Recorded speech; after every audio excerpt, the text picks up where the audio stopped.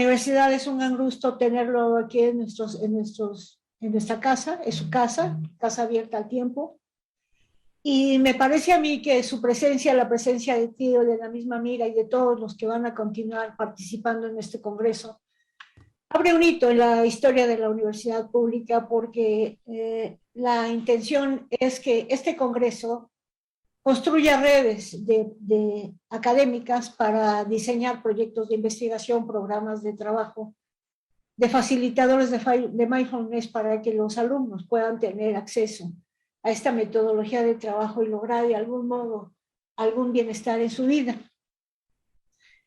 Bueno, dicho esto, quisiera leer su semblanza. Marco Antonio Karam es presidente y fundador de Casa Tíbet México, una de las instituciones políticas pro Tíbet. Es una casa cultural y de Dharma más antigua e influyente de América Latina. El Dharma es, según yo entiendo, actuar con rectitud y siempre apegados a las disciplinas más positivas. Karam recibió una licenciatura en Filosofía Occidental de la Universidad La Salle de la Ciudad de México y una licenciatura en Estudios Budistas de la Universidad Naropa en Boulder, Colorado, con una especialización en Psicología Budista y Occidental.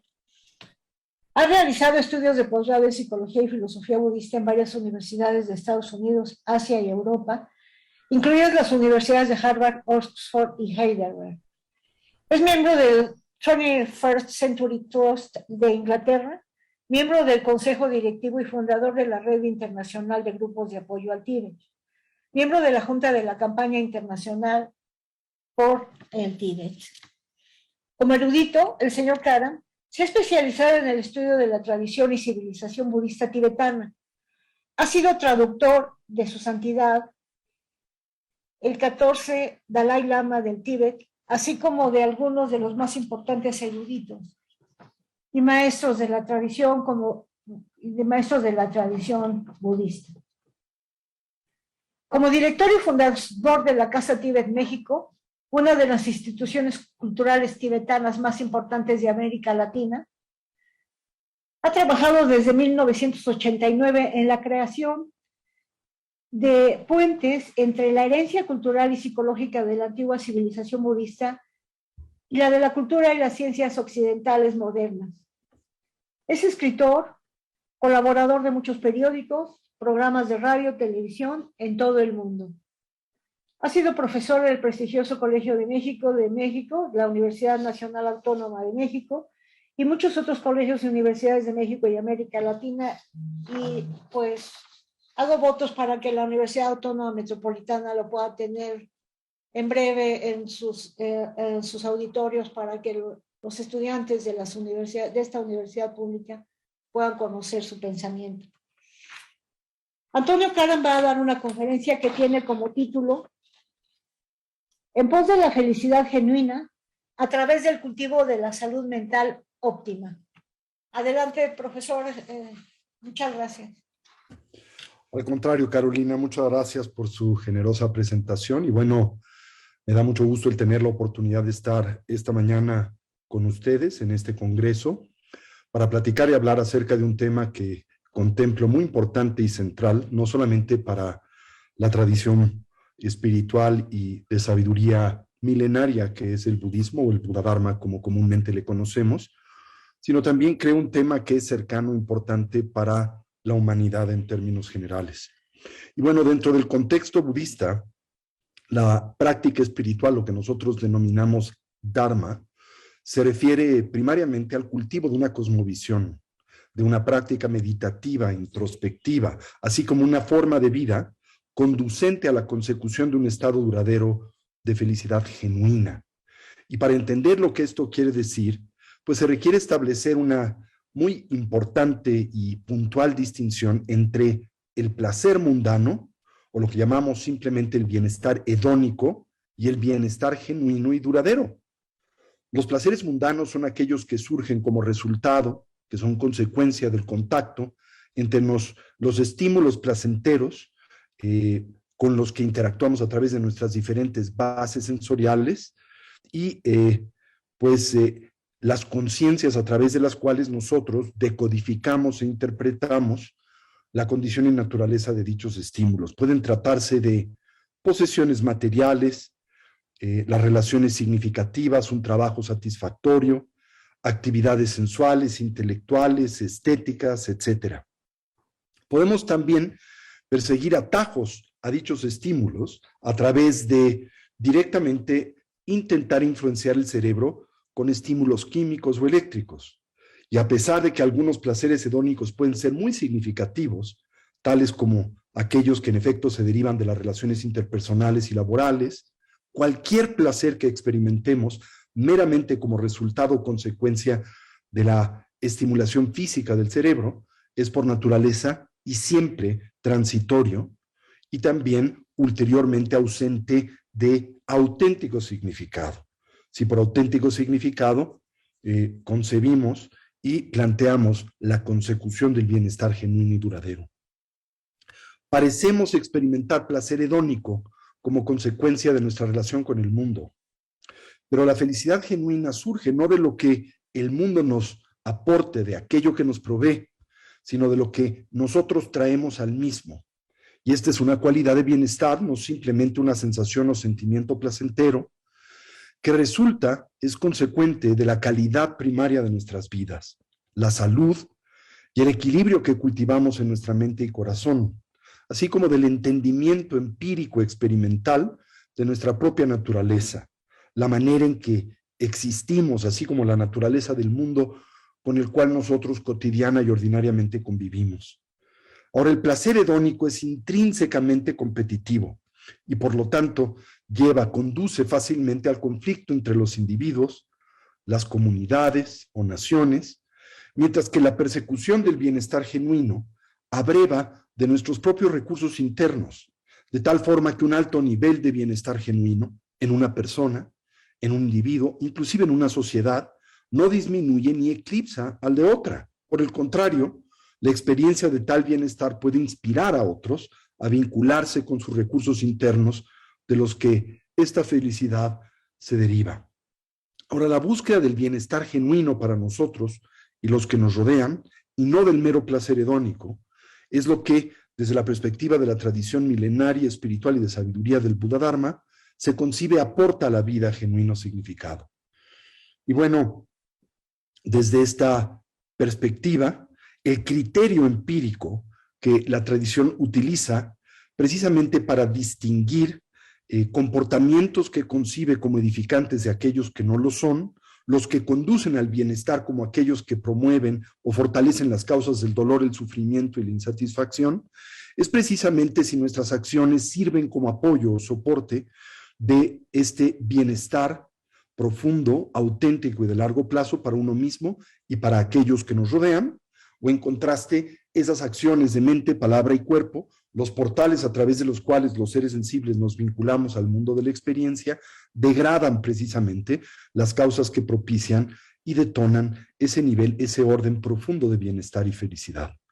Ahora, para que esto opere y funcione como un criterio útil, naturalmente tenemos que identificar la naturaleza de ese bienestar del que hablamos, el genuino y duradero, y reconocer cómo es que el mismo difiere de lo que nosotros podríamos señalar como sus impostores. Ahora, la felicidad genuina es una fundamentalmente distinta del placer que nosotros ordinariamente derivamos de diferentes tipos de estímulos derivados precisamente de nuestras distintas bases sensoriales. Nosotros podemos claramente, decantar gozo de diferentes placeres sensuales. Decía, por ejemplo, de imágenes visuales. Hablaba también acerca de diferentes sonidos, ¿verdad? Aromas, gustos, sensaciones táctiles. El problema es que en el instante, en el momento mismo en el que nosotros perdemos contacto con estos estímulos, pues el efecto resultante es el hecho de que el placer que originalmente de esa relación derivamos se diluye, debilita y eventualmente cesa y desaparece. Lo mismo podemos afirmar, es cierto, de la satisfacción que nosotros experimentamos y extraemos de ser alabados, de ser reconocidos, respetados, inclusive de ser amados. La adquisición de bienes materiales, de seguridad financiera, de poder, de fama, de reconocimiento, en efecto pueden conducirnos a una cierta dimensión de bienestar y felicidad. Pero es importante tener presente que ese bienestar y felicidad es siempre y por definición transitorio e inestable. Y de la misma manera nosotros podemos derivar placer de toda variedad de intangibles, incluyendo, por ejemplo, nuestros logros profesionales, nuestras relaciones interpersonales, nuestras actividades intelectuales, nuestra apreciación estética de las artes y así tantos otros. Y todos estos placeres son contingentes y esto es esencial señalar y exaltar a estímulos transitorios que derivamos del medio ambiente, de la interacción que establecemos con otros individuos o personas, o de diferentes tipos de actividades, tanto mentales como físicas.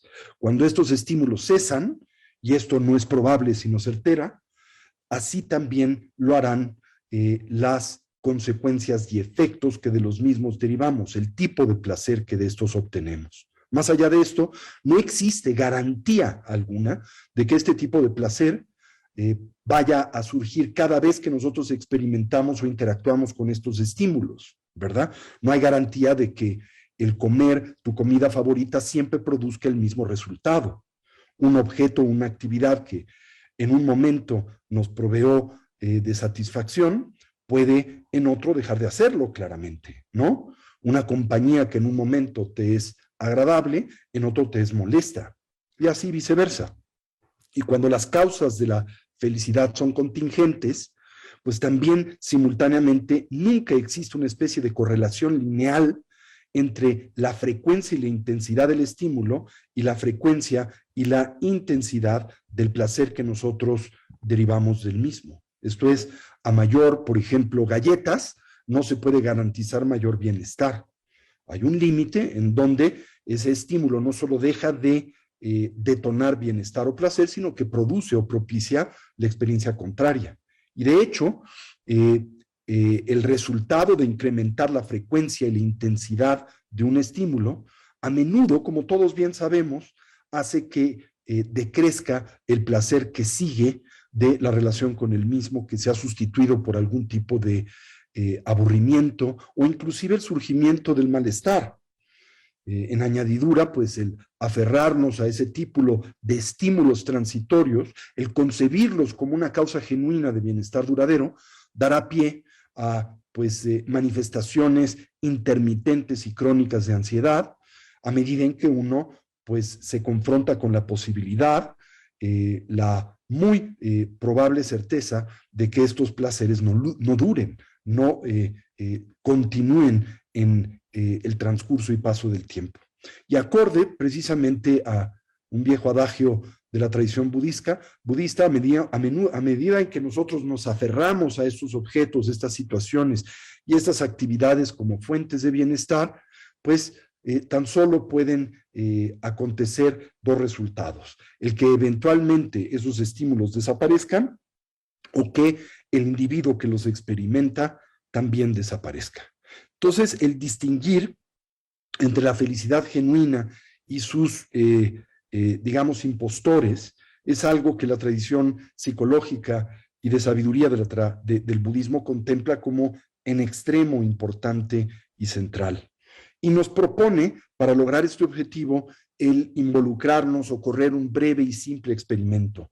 Y este breve y simple experimento implica imaginar que todos los apoyos externos de los que nosotros derivamos comúnmente bienestar y seguridad fuesen súbitamente a desaparecer, ¿sí?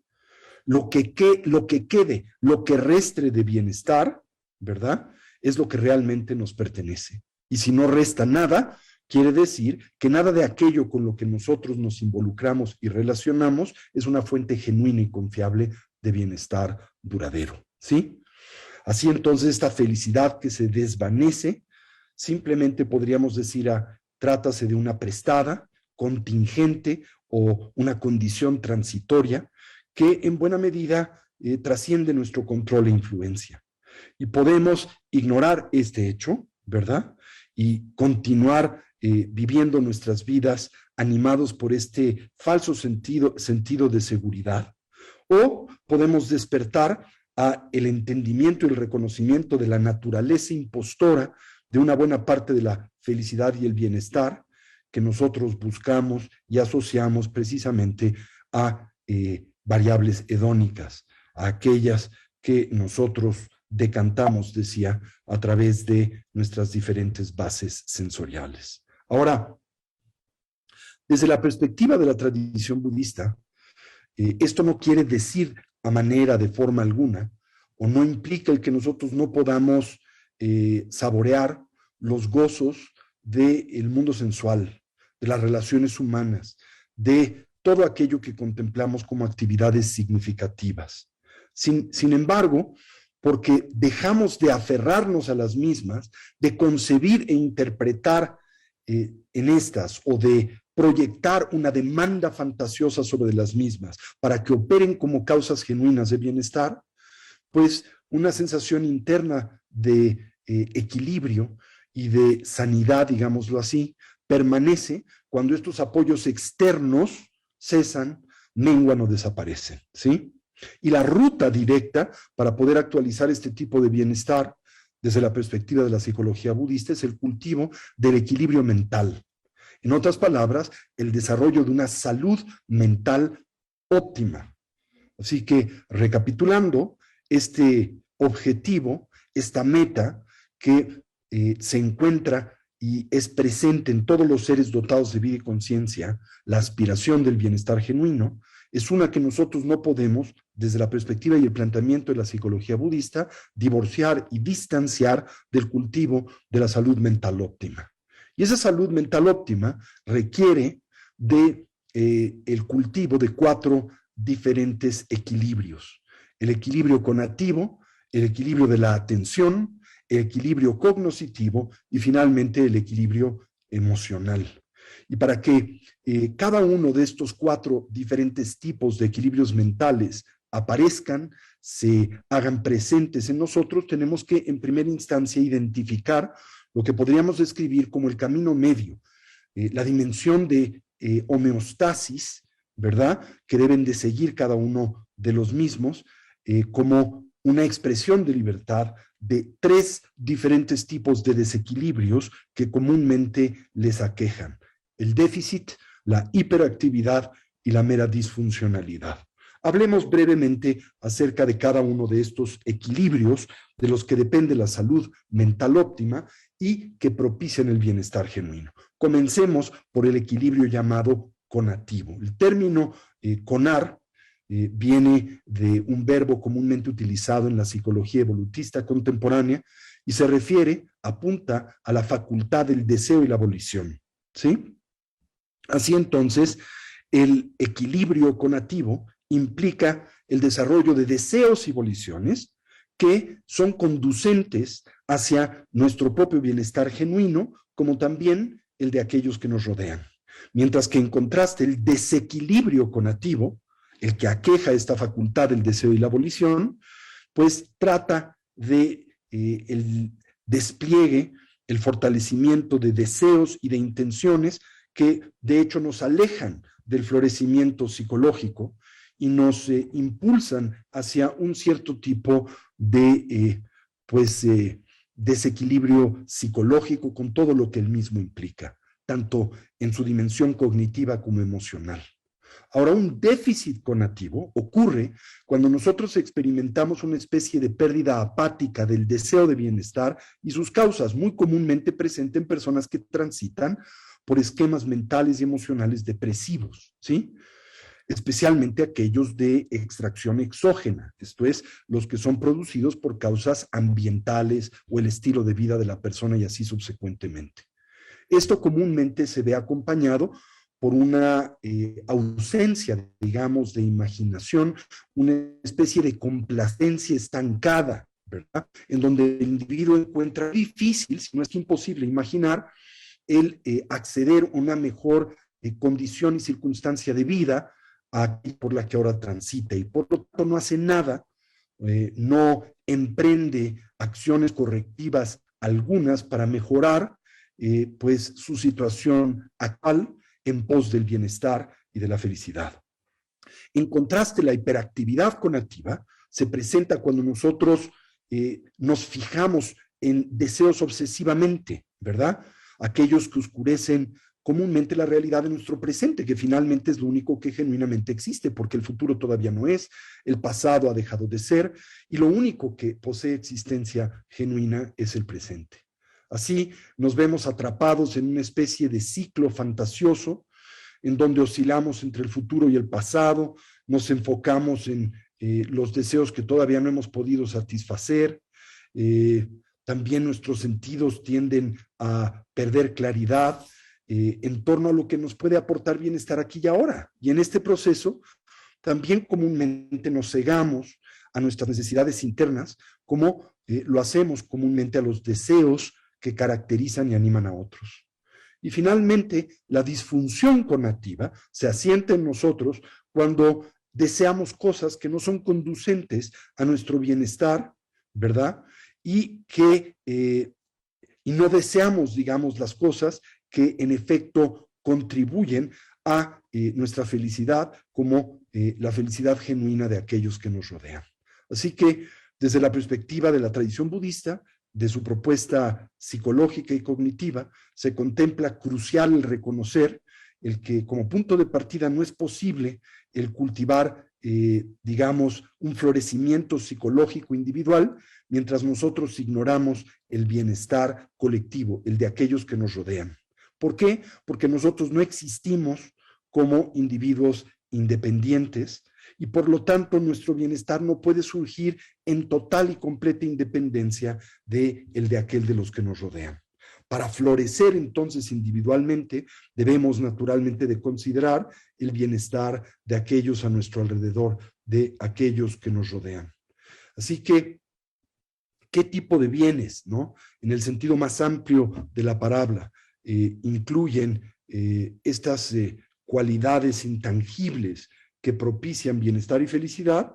Bueno, desde la perspectiva de la tradición budista, primariamente un correcto entendimiento de la naturaleza de la realidad, de la manera en que las cosas son. Esto es, dejar de demandar permanencia de lo que es impermanente, dejar de proyectar existencia unitaria sobre de aquello y aquellos que emergen en dependencia de partes y existen en consecuencia de condiciones y circunstancias, dejar de proyectar una identidad intrínseca sobre de aquello y aquellos que tan solo tienen una relativa y temporal, ¿verdad? Y finalmente dejar de concebir y proyectar la presencia de cualidades sustanciales positivas, negativas o neutras sobre de aquello o aquellos que en realidad no las tiene. Como ejemplo, ¿verdad? Un pastel que a nosotros aparece como sabroso, no posee intrínsecamente esa cualidad como un elemento sustancial. ¿Por qué? Porque lo sabroso es algo que surge en dependencia no solo del estímulo del pastel, sino de condiciones temporales y subjetivas presentes en el perceptor, como tener hambre, contar con sentidos humanos y estar pues socializados al gusto del pastel. Para también reclamar esta dimensión de salud mental óptima, indispensable para el gozo de la felicidad genuina, tenemos que cultivar el equilibrio de la atención, el segundo de los 4 equilibrios, el primero siendo el conativo, aquel vinculado a la facultad del deseo y la volición, y ahora el equilibrio de la atención. Este incluye el desarrollo de lo que la tradición budista describe como la atención sostenida, prolongada y voluntaria, que al mismo tiempo se señala como un factor pues crucial, indispensable de la salud mental y de el óptimo desempeño del individuo en cualquier tipo de actividad significativa. Y se logra a través de superar precisamente los 3 desequilibrios de los que hemos previamente hablado y hemos señalado: el déficit, la hiperactividad y la mera disfuncionalidad. En este caso, el déficit de la atención, la hiperactividad de la atención y la disfuncionalidad de la misma, a los que pues la sociedad humana en general es muy ávida, tendiente, ¿verdad? No solamente son individuos a los que se diagnostica de el sufrir este síndrome que hoy se describe como el del ADHD, el síndrome de la hiperactividad, el déficit o la disfuncionalidad de la atención en sus siglas inglesas, ¿verdad? Attentional Deficit Hyperactivity Disorder, ¿no? El déficit de la atención, desde la perspectiva de la psicología contemplativa budista, se caracteriza por una inhabilidad de enfocar nuestra atención de forma coherente, estable y prolongada hacia el objeto de deseo, ¿verdad? El objeto de interés, el objeto cognitivo en general. La mente tiende comúnmente a retraerse, a desvincularse del objeto de atención, de interés, inclusive de sus propios procesos internos, ¿verdad? La hiperactividad de la atención ocurre cuando la mente se ve en exceso estimulada, distraída, resultando en una especie de distracción compulsiva y en la natural consecuencia de la misma, que es la fragmentación de la atención. La atención entonces se torna naturalmente disfuncional cuando nosotros nos enfocamos en cosas, en personas, en condiciones, en circunstancias a manera aflictiva, ¿verdad? Que no es conducente ni a nuestro bienestar ni al bienestar de los que nos rodean. Por ejemplo, ¿no? Una persona que tiene o sufre de una obsesión sexual, pues tan solo enfoca su atención en alguien como un objeto sexual.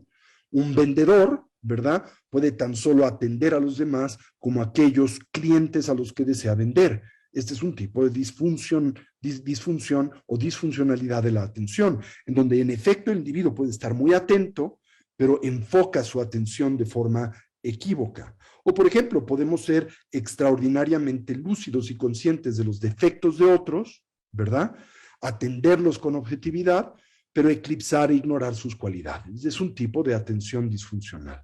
Ahora, el déficit de la atención corresponde muy cercanamente al concepto budista de la lasitud, ¿sí? Mientras que la hiperactividad de la atención corresponde a lo que en la filosofía contemplativa budista llamamos extrema ideación, diálogo interior o excitación. Estos desequilibrios se remedian a través del cultivo de lo que llamamos comúnmente recolección. Esto es, la recolección se define en la psicología contemplativa budista como la habilidad de sostener continuamente a manera voluntaria la atención en un objeto familiar sin olvidarlo y al mismo tiempo sin distraerse, conjuntamente con la presencia de lo que llamamos la meta-atención o la introspección, que es o se refiere a la habilidad de monitorear la cualidad o calidad de la atención, el rápidamente reconocer cuando la misma sucumbe ya sea a la excitación y la lasitud y aplicar el remedio o remedios pertinentes y adecuados para superar esta dimensión o situación de desequilibrio. Ahora, los términos que se utilizan dentro de la psicología budista, precisamente para describir estas dos funciones o aspectos de la cognición de los que depende el cultivo de la atención, son en la lengua sánscrita, se les llama smriti a la recolección y samprajñana a la introspección. El término smriti es el término que ha sido comúnmente traducido a la lengua inglesa por el término mindfulness, que podríamos traducir del inglés al español como presencia mental. Sin embargo, pienso que es una traducción parcial, no es una traducción del todo precisa y además de todo innecesaria al contar en la lengua castellana con un término que traduce con extraordinaria cercanía y precisión al término indio. La palabra smriti de la lengua sánscrita tiene dos raíces etimológicas. Por un lado, se refiere a recuperar o recolectar, y por otro lado, se refiere a recordar. ¿Qué palabra es aquella con la que nosotros contamos en nuestro idioma que comunique estas dos raíces, estas dos etimologías? Pues el término recolección, que podemos ilustrar a través de emplearlo en una oración. El recolector de basura se llevó, ¿verdad?, mis desechos. El recolector de basura es quien recoge la basura. Recolección tiene como una dimensión significado recoger, ¿verdad? Esta mañana tuve una recolección de los hechos de la noche. Recolección aquí tiene el significado de recordar, ¿verdad? Así que el término recolección traduce con precisión al término indio smriti, que se refiere a la facultad con el que se entrena y de la que depende el equilibrio de la atención. Se define como esa facultad a través de la cual el individuo puede mantener un firme y cercano vínculo con el objeto de atención o interés, de perderlo, recuperarlo, y de olvidarlo, recordarlo.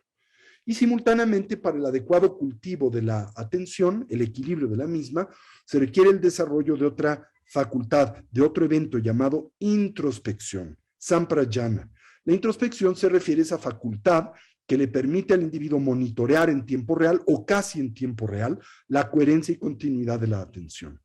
Cuando la misma expresa de la extrema ideación o el diálogo interior, como le llamaba Santa Teresa de Ávila, la loca de la casa, o cuando la misma expresa del hundimiento mental, el sopor o el sueño, aplicar el o los antídotos pertinentes para aliviar esta situación y recuperar un modelo de atención concentrada. William James, el padre de la psicología clínica en Occidente, el fundador de la Facultad de Psicología de la Universidad de Harvard y uno de los primeros pioneros en el diálogo entre Oriente y Occidente, particularmente consecuente de su gran interés por las tradiciones contemplativas de India, tanto las brahmánicas como la budista, decía que la facultad de voluntariamente traer una y otra vez la atención deambulante a su objeto representa la raíz del juicio y de la construcción de la voluntad y el carácter. Y concluía que una educación capaz de mejorar esta facultad sería educación por excelencia. Debemos simultáneamente nosotros cuestionar cómo es que dedicamos tantos años, décadas de nuestras vidas al proceso educativo, cuando en el mismo no se nos ofrece en ningún momento un instrumento de aprendizaje para la mejoría de la atención, sin la cual no hay aprendizaje. Esto es algo que debería de escandalizar al mundo y a la comunidad educativa en general. De hecho, creo que una unidad fundamental del proceso educativo debiese centrarse en la educación de la atención y el equilibrio de la misma, ¿sí? Bien, ahora, por otro lado, uno de los, diría yo, aspectos más interesantes, ¿verdad?, de el entrenamiento budista de la atención apunta hacia la interrelación que naturalmente existen entre tres cualidades que se desarrollan a través del entrenamiento contemplativo, que es el medio a través del cual el individuo mejora el desempeño o perfecciona y depura el desempeño de la atención. Y estos son, por un lado, la relajación, por otro lado, el cultivo de la estabilidad y finalmente el desarrollo de la viveza, alerta y claridad de la atención. En muchos estudios científicos vinculados a el examen de la atención en personas normales, incluyendo aquellos, por ejemplo, cuyas habilidades requieren de un alto desempeño de atención, como son los controladores del tráfico aéreo, los músicos, los matemáticos, los jugadores de ajedrez, etcétera, ¿no? Los psicólogos han hallado una relación inversa entre la relajación y la exaltación de la atención.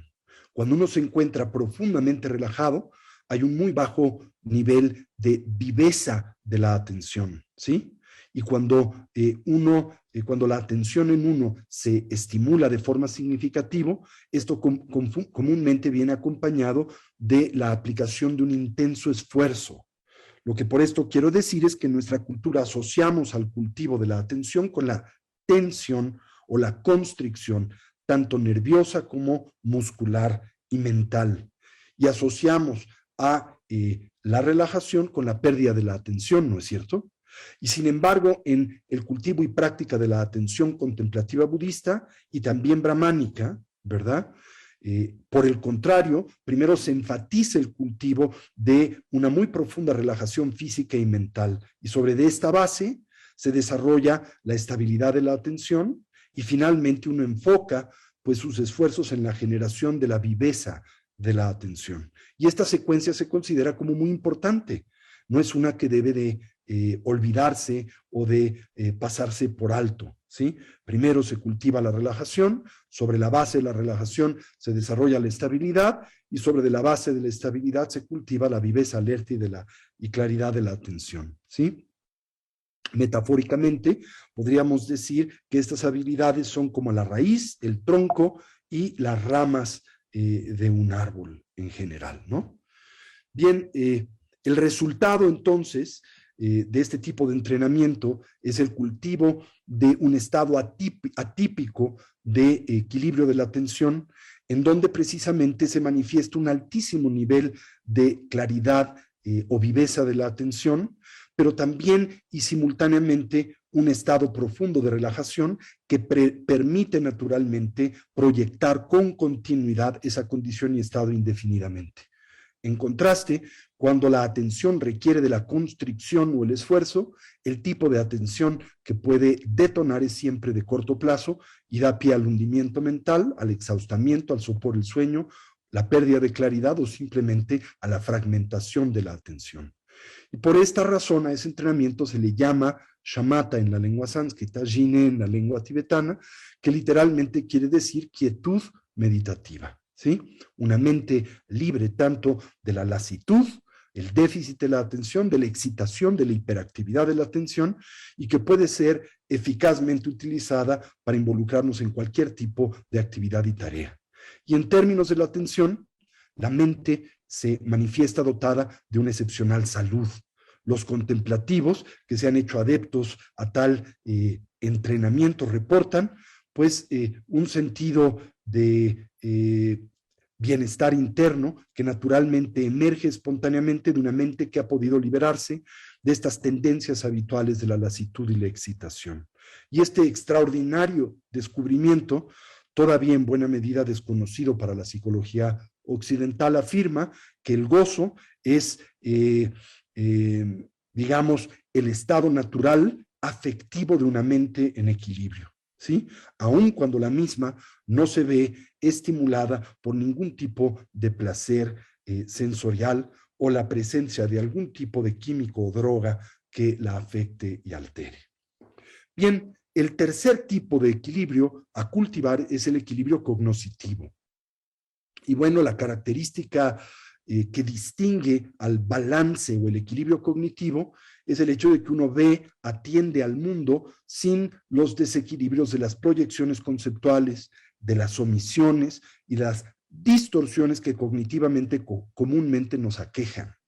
Las personas, por ejemplo, que sufren de severos desequilibrios cognitivos, en contraste, ¿verdad?, pues se manifiestan radicalmente fuera de contacto con la realidad y comúnmente son diagnosticados como sufriendo de algún nivel u orden de psicosis. Mientras que las personas normales, desde la perspectiva de la tradición budista, también pues son presa de este tipo de desequilibrios cognitivos que yacen en la raíz de pues todo tipo de perturbaciones mentales y emocionales. Y tales desequilibrios a menudo se contemplan y conciben intrínsecos a la naturaleza humana, tanto desde la perspectiva de las ciencias cognitivas occidentales como desde la perspectiva de la teología judeocristiana, pero desde la perspectiva budista, esta afirmación, esta presuposición, pues suplica el que la pongamos a prueba y que la examinemos desde una perspectiva de investigación rigurosa empírica. La tradición budista contempla que el estado natural de la mente es sano, es uno de bienestar, de claridad y de equilibrio. Así que siguiendo de nueva vez este análisis tripartita de los desequilibrios que nos aquejan, empecemos por hablar acerca del déficit cognoscitivo. El déficit cognoscitivo se caracteriza por una inhabilidad para percibir lo que se presenta directamente a nuestros 5 campos sensoriales físicos, como también el sexto, que es el mental, ¿verdad? La inhabilidad de ser conscientes simultáneamente de nuestros propios estados mentales y los procesos, ¿verdad? Que les caracterizan, que pues representa para nosotros evidentemente un cierto tipo de ceguera, una especie de inhabilidad de claridad perceptual y que impacta naturalmente a nuestra salud mental y que puede ser muy debilitante en nuestras vidas. Ahora, a medida en que nosotros vamos perdiendo el vínculo y contacto con lo que está aconteciendo a nuestro alrededor y dentro de nosotros, pues estaremos sufriendo de lo que denominamos en la tradición budista un déficit cognoscitivo. La hiperactividad cognoscitiva se asienta en nosotros cuando nosotros confundimos nuestras proyecciones conceptuales con las experiencias perceptuales que de hecho tenemos o por las que transitamos. Fallamos entonces en distinguir entre las realidades percibidas y las presuposiciones que nosotros superimponemos como fantasías sobre el mundo de la experiencia. Evidentemente, las personas que sufren de psicosis hacen esto de forma extrema, ¿no? Mientras que las proyecciones cognitivas de otras personas son más sutiles. Pero todos nosotros podemos exhibir cierto grado de este tipo de hiperactividad cognoscitiva, la cual resulta en innecesario sufrimiento mental y emocional. Y finalmente, la disfunción cognitiva ocurre cuando nosotros aprendemos equivocadamente la realidad, ¿verdad? A través ya sea de los defectos que aquejan a nuestros sentidos físicos o simple y sencillamente nuestra inhabilidad para interpretar de forma objetiva y correcta lo que transpira y acontece a nuestro alrededor. La introspección, la metacognición, juega un rol muy importante en identificar estos tipos de desequilibrios mentales y por tanto es una cualidad que se cultiva, mejora, enfatiza, refina en el entrenamiento contemplativo, ¿sí? Hemos ya notado su significado e importancia para superar la lasitud y la excitación en el entrenamiento de la atención, pero también nos sirve naturalmente para corregir este tipo de disfunciones cognitivas que comúnmente nos aquejan. Y finalmente deberíamos de hablar del último equilibrio que caracteriza a la salud mental óptima, que es el equilibrio emocional, ¿verdad? El equilibrio emocional pues surge como un resultado natural del balance conativo, el equilibrio de la atención y el cognoscitivo.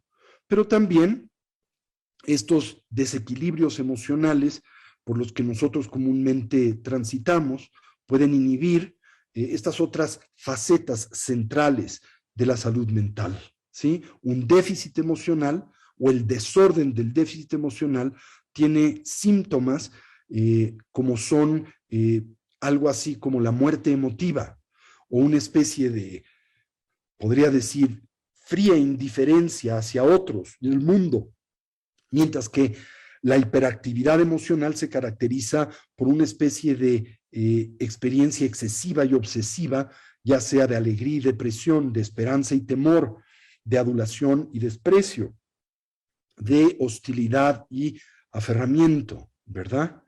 Mientras que la mera disfunción emocional ocurre cuando nuestras respuestas emocionales son inapropiadas a las circunstancias, como por ejemplo cuando nosotros nos deleitamos de los infortunios, ¿verdad? O de los problemas por los que otros transitas, o resentimos los éxitos por los que otros atraviesan en general.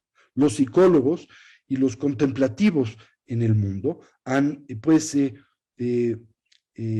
diseñado una variedad de intervenciones que tienen por objetivo el intentar sanar este tipo de desequilibrios emocionales, algunos de los cuales son aplicables a la sociedad en su totalidad y otros se encuentran pues enraizados en nuestras distintas cosmovisiones religiosas. Pero bueno, en la tradición budista específicamente, estos desequilibrios emocionales se trabajan a través primariamente del desarrollo de 4 cualidades integrales, que son la bondad amorosa, la compasión, el gozo empático o el regocijo y la imparcialidad o la ecuanimidad. Estas 4 cualidades son conocidas comúnmente como los pensamientos inconmensurables y se les llama así porque están dirigidos a inconmensurables seres y porque aportan al individuo que los cultiva inconmensurables beneficios, ¿sí? Bien, ahora, definidos desde la perspectiva budista, se les comprende así. A la bondad amorosa se le concibe como el deseo en torno al que uno mismo y otros puedan hallar felicidad duradera y genuina e identificar las causas que la propician o detonan. La compasión se refiere al deseo, tanto para uno como para los demás, de liberarse del sufrimiento y las causas que lo propician. El gozo empático se refiere al tomar deleite de los gozos y virtudes de otros, y la imparcialidad o ecuanimidad se refiere a una sensación de compromiso, de preocupación imparcial para el bienestar y el desempeño de otros. Cada uno de estos estados mentales tiene un impostor con el que muy comúnmente puede confundírsele. Por ejemplo, el apego autocentrado, ¿verdad? El aferramiento pueden fácilmente confundirse con la bondad amorosa. El dolor y la desesperanza pueden confundirse con la compasión. El hedonismo y la felicidad frívola puede operar como un impostor del gozo empático, y la apatía y la indiferencia como un facsímil equívoco de la imparcialidad o la ecuanimidad. Ahora, cuando estas facultades se cultivan hábilmente, pues pueden equilibrarse mutuamente. El hedonismo y la felicidad frívola se remedian, por ejemplo, a través del fortalecimiento de la bondad amorosa. La apatía y la indiferencia se remedian a través del cultivo de la compasión. El dolor y la desesperanza se remedian a través del fortalecimiento del gozo empático. Y el apego autocentrado y el aferramiento se remedia a través del cultivo de la imparcialidad o la ecuanimidad. Y bueno, prácticas específicas meditativas han sido milenariamente diseñadas para cultivar cada una de estas cualidades mentales, pero su eficacia depende en buena medida del grado en el que el individuo haya logrado equilibrio conativo, equilibrio en su atención, equilibrio en el dominio cognitivo, para que redunde en este equilibrio emocional que todos buscamos, ¿no? Bien, al mismo tiempo, pues los síntomas característicos de estos 4 equilibrios mentales no son otros que la cesación y la superación estructural y definitiva de la insatisfacción, del dolor y del sufrimiento que comúnmente aquejan a la vida de las personas. Y muchos individuos, pues desgraciadamente tienen poca fe en los recursos internos con los que naturalmente cuentan, con los que están dotados para reclamar la felicidad genuina. Y por lo tanto se tornan adictos a toda variedad de estímulos sensoriales, temporales, subjetivos placenteros, o a todo tipo de supresores farmacéuticos, ¿verdad?, que pretenden atacar la insatisfacción. Pero insisto que cuando estas máscaras se remueven, pues la cara que surge no es la del bienestar, sino la de la ansiedad, el dolor y el sufrimiento. Así entonces, desde la perspectiva budista, la primaria y el propósito pragmático de la psicología no debiese ser otro que el entender pues los estados de la psique para poder a través de ese medio identificar cuáles entre ellos perpetúan el sufrimiento y cuáles entre ellos nos conducen ya sea al placer hedónico y finalmente al bienestar genuino y duradero. Todo a través del cultivo de una salud mental óptima, que la tradición budista afirma es nuestro don y es lo que nosotros podemos reclamar como la variable y como la virtud más importante en la vida. ¿Sí? Bien, pues esta es una breve presentación de este tópico y tema que es central para la psicología, como también como la ciencia contemplativa milenaria del Buda Dharma. Muchas gracias. Muchas gracias, maestro. Bueno, han llegado algunas preguntas que voy a leer.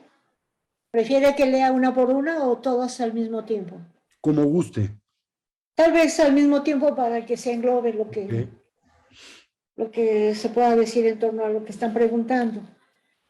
Lupita Ruiz Martínez pregunta si los niños pueden aprender a disfrutar, tener prácticas hedonistas y cuándo enseñar a los niños a otra opción. es decir, a la opción contemplativa. Bueno, como decía en mi presentación, no hay contradicción entre el cultivo de las causas que propician el bienestar genuino y el gozo del placer hedónico, pero es fundamental el poder establecer la distinción entre uno y otro. El problema surge cuando nosotros proyectamos sobre las causas del placer hedónico una demanda de bienestar genuino. Y dado el hecho de que estos estímulos no operan como los detonantes de esa condición y estado, lo que tarde o temprano producen es decepción, dolor y sufrimiento. Así que a los niños como a los adultos debemos de introducirles, debemos de clarificarles en torno a la distinción que existe entre el placer hedónico y el bienestar genuino, y cuando ellos se involucran en el vínculo con estímulos sensoriales temporales, los que fueren, pues hacerles claro que estos tan solo les pueden aportar un bienestar de corto plazo y que si lo que buscan es un bienestar genuino, pues lo tendrán que desarrollar y cultivar a través del desarrollo de los 4 equilibrios de los que he hablado. El equilibrio en la facultad del deseo y la volición, desarrollar deseos y voliciones concordantes con el bienestar genuino y eliminar aquellos que lo degradan, el cultivo de la atención, que primariamente se fortalece a través del esfuerzo contemplativo, en el cual un niño puede involucrarse desde muy pequeñito, el desarrollo del equilibrio cognitivo, que implica como punto de partido dejar de demandar permanencia sobre lo que es impermanente, dejar de proyectar una identidad intrínseca sobre de lo que no la tiene, dejar de concebir los estímulos varios con los que interactuamos. Nosotros mismos tenemos una identidad intrínseca, porque la identidad que tenemos es siempre temporal y relativa, ¿verdad? Y así entender que las causas primarias que propician el dolor y el sufrimiento, pues yacen en la ignorancia de estos factores primarios de la realidad. La impermanencia, la naturaleza cambiante de todas las cosas, su ausencia de identidad intrínseca y cualidades sustanciales. Si el niño puede entender esto, y hay muchas maneras de introducirle a ello, puede superar pues los problemas que acompañan a las disfunciones de la atención, las cognitivas y finalmente las emocionales. Y en ese contexto, pues hay muchas fuentes.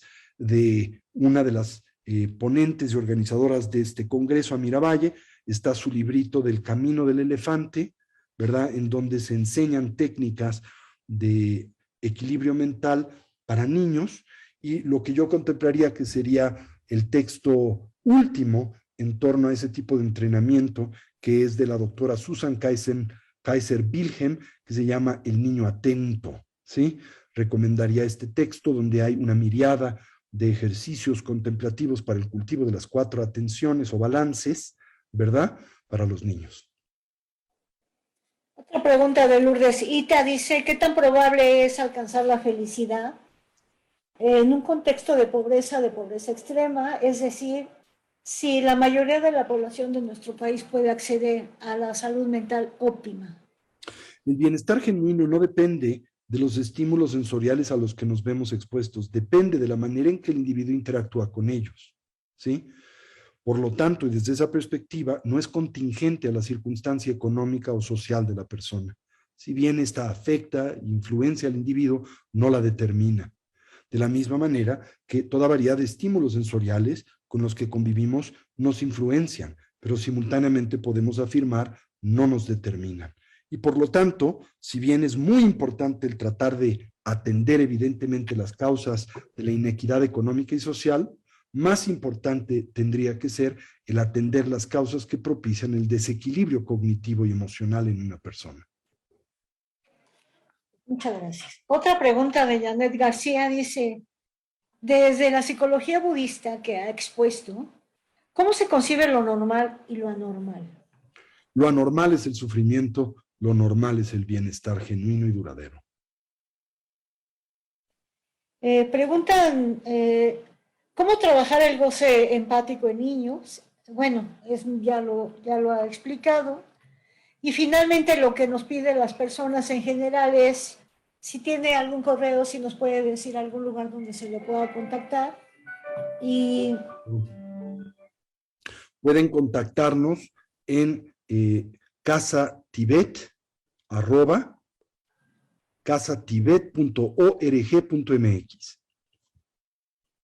Y la pregunta última es si en algún momento va a abrir la Casa Tibet en pospandemia. Nosotros estamos abiertos desde octubre del año pasado. Tenemos ya nuestras actividades presenciales y a distancia, pues en funcionamiento desde entonces. Nos pueden visitar en Orizaba 93, Colonia Roma, entre Tabasco y Colima. Pueden contactarse con nosotros al 55 11 0802, 55 14 7763. A nuestra página web, casatibet.org.mx, nuestras redes sociales, Casa Tibet México, y tenemos toda variedad de programas, conferencias, seminarios y cursos andando, insisto, desde octubre del año pasado. Pues muchísimas gracias, maestro. No tengo más que despedirlo con gran cariño y con la gran alegría que nos produjo a todos tenerlo presente en este seminario, en este congreso que organiza la universidad. Por el contrario, siempre un placer, un privilegio para mí. Muchas gracias por invitarme y todo lo mejor para lo que resta del día en su congreso.